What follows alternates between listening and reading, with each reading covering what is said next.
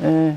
Now I'm pretty sure this is the Carrington Hotel that we can see up the top of the embankment there, because Spencer is telling us that this is the Carrington Curve. Yep. So what sort of speed would you come round these curves, Spence? Can you recall? Well, the car would be geared to do 140 mile an hour. I'm sorry, I'm in the old numbers. Yeah, you know, go do for it. 140 mile an hour down here, and you'd be braking back a bit, about 100 metres out. You'd be braking, and I'd only be guessing now, but I suppose you could get around here at about 60 mile an hour. So as you can see, it's a fairly slight bend, and this was a great place for passing here. Oh, really? Yeah, if you could get down the inside of somebody coming down here.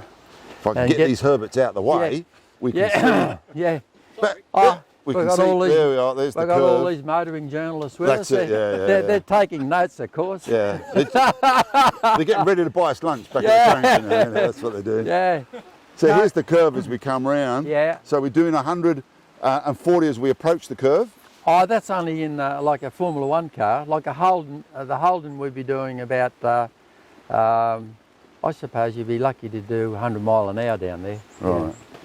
Still, that's enough. Yeah. As you say, it's enough for... not bad in a 48 model Holden. That's right. Yeah.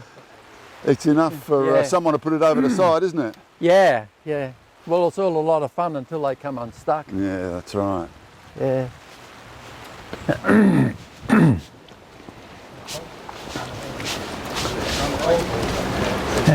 So, yeah, you can see that this would have been a... I just can't believe how far it keeps going around. In my memory, it was a slight curve, but here it's a really long curve, isn't it? Yeah, it's a considerable curve. And I guess it would have been good fun driving it, because in those days it was a new track, as you said, built late 50s, early 60s, so it would have been in pretty good condition. None of these trees on either side, it would have been clear, so you could come bombing around here. Yeah, well, we're not getting a proper impression as to the width of the track because of this overgrown... Yes.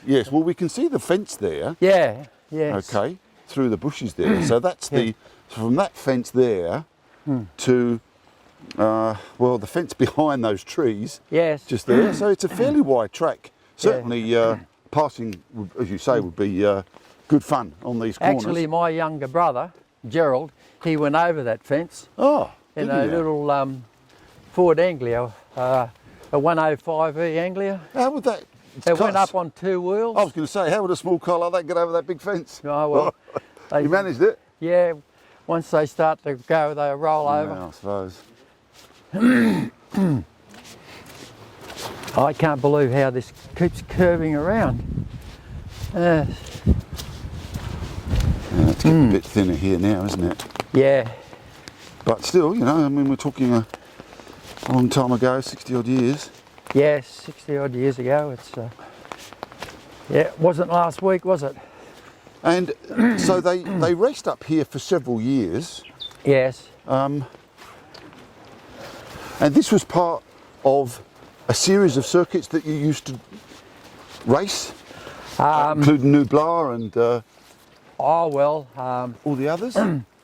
We used to have a series of Holden races here. Right. It was called the Neptune Holden series, and we'd have about, as we said before, 20 Holdens rushing up through here. And it was very popular with the crowd. The people used to flock here to watch these Holdens flying around here sideways and biffing and barging one another. Although I've got to say we never tried to touch or purposefully bump one another. Right. Yeah, we could run door handle to door handle and not touch one another. Yeah, pretty much. That was the gentleman's agreement in those days, was it? Well, it was the art of driving. It's to drive as fast as you could without touching one another. Right. And you were really frowned upon if you bumped into somebody. Now this is interesting because it dips away to the right here, and I would have thought it would have gone to the left to make a circle, but it's not doing that. Well, no, it does a slight right here, and it slowly winds its way up to Craven A, but this this was particularly fast through here. Well, now this is this the original fencing? Yes, that's it. This is. I mean, that's just that's low fencing, isn't it? It Low is. safety barriers. Well, that's right. You could climb over that if you hit it hard enough, of course. Easily, yeah. Yeah. Oh wow. Well, you'd floor it here, wouldn't you? Well, in the Holden, you'd be pulling top gear. You'd be doing nearly 80 mile an hour in second gear, changing to top, and down through this dip. Wow. They'd be all screaming their heart out and Yeah, going I bet. flat to the boards down through here.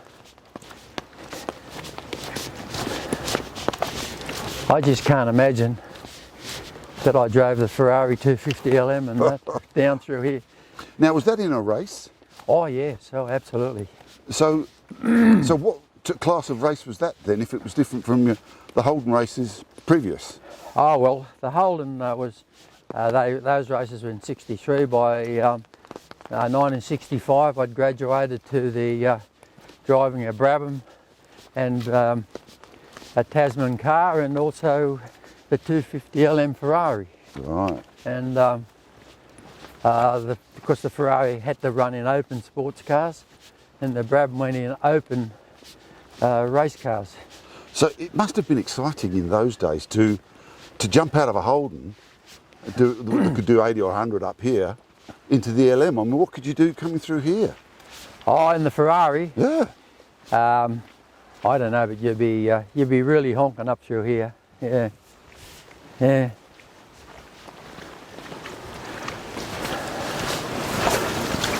Bit of a cockmire at the moment, but we're just stepping over.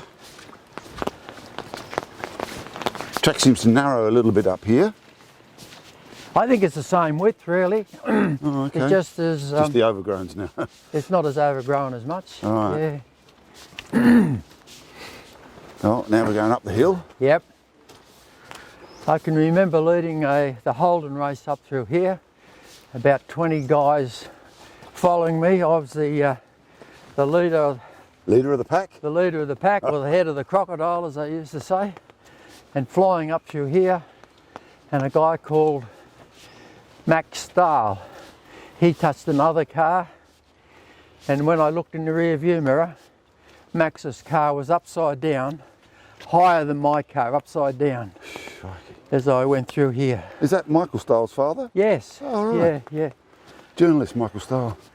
Yes. Guest speaker at the club before, and he bought one of your books. Oh, he last did week. too. Yes. Oh, yeah. Yeah. Oh dear. Wow. I'm just going to pause this and we'll come back when we're on the